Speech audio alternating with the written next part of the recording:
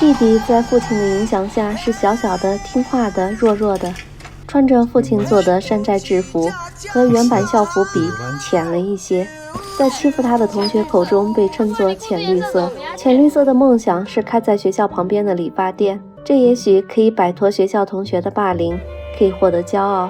然而需要3年，也就是1095天，和他的父亲与初恋女友曾以为的分离时间一样长。确切地说，其实那是遥遥无期的，无法兑现的。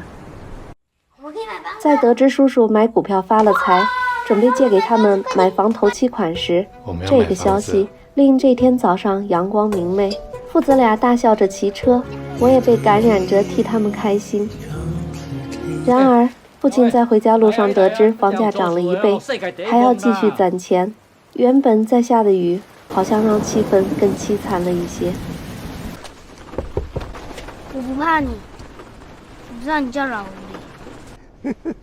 很好很好，你抓到诀窍了。不知道输给知道。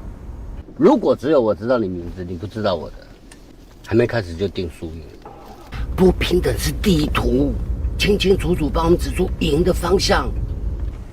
谢老板口中的赢是不平等的信息差造成的压迫感和窘迫感和强势，弟弟学到的赢是不平等的信息差，利用不透明说一半藏一半，留下面子，获得赢和对手的尊敬。怕我吗？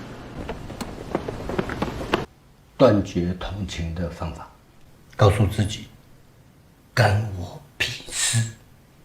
弟弟的转变，他没悟明白的时候是一种叛逆，看不惯父亲的行为，否定父亲过去的处事态度。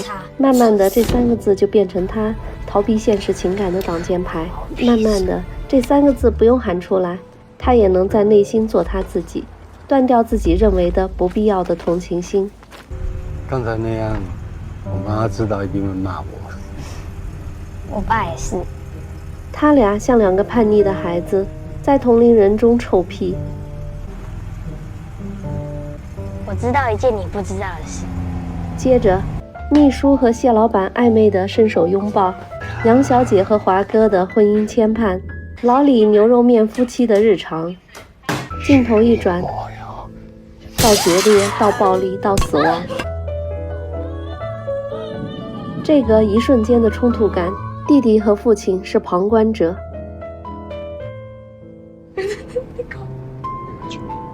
他感觉到电梯里面有伤心的人，他不希望自己的开心刺伤别人。他跟我妈是同一种人，在乎别人感受的人，失败的人。世界不会变，我们只能换位置。我不要跟你一样，跟我一样有什么不好？我不是你，我不是你。买房，父亲说人家正在办白事，弟弟说关我们屁事。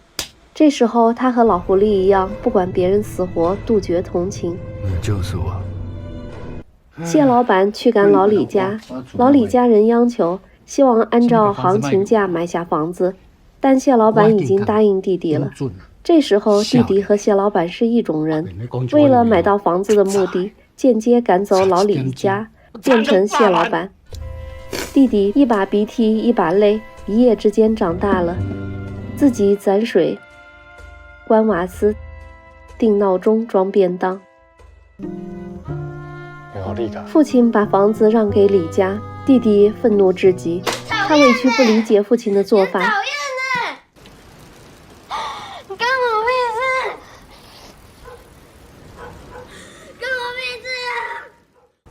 别人的死活但在公园长凳上听到别人评论老狐狸真的很卑鄙，别人的死活跟他一点关系都没有，所以弟弟最终没有选择成为老狐狸那样的人，而是选择了父亲的勇敢和善良。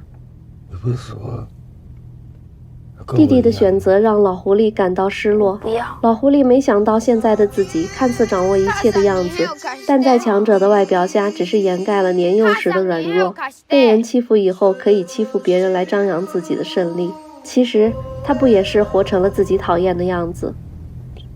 跟我一样有什么不好？长大的弟弟已经不用喊出那4个字，只是默默地喝冰水，内心是因为这样的盖法比较贵。选择默默当个好人。他会像父亲一样小心地包起废弃的刀片。从某种意义上讲，老狐狸所做的事情是在剧烈变动的现代社会寻回善良这个失落的信仰。父亲廖太来的角色可以看作信仰的象征。电影中有一个相当极致的例子：廖介在医院出生那天，老狐狸的母亲在同一家医院去世。兴高采烈的廖太来敏锐地察觉到周围有伤心的人，很快收起了笑意。他不希望自己的开心刺伤别人。儿子廖介的角色象征着未来，一种选择善良的可能性。面对曾经霸凌他的同学，他选择用老狐狸提供的信息差来自保，而不是用同学妈妈的隐私羞辱报复，还不忘隐晦地提醒他仓库有监控。导演萧亚全并不是天真的相信善良可以解决一切社会问题，只是把善良看作生物学上的突变。社会问题会不断复制，但也会产生1/1000的突变。有突变就有改变的可能性。人活一世，能决定的事情不多，但至少可以决定选择的积极性。那就选择善良吧。我们首先应该选择善良，其次要诚实，再其次是永远不要互相遗忘。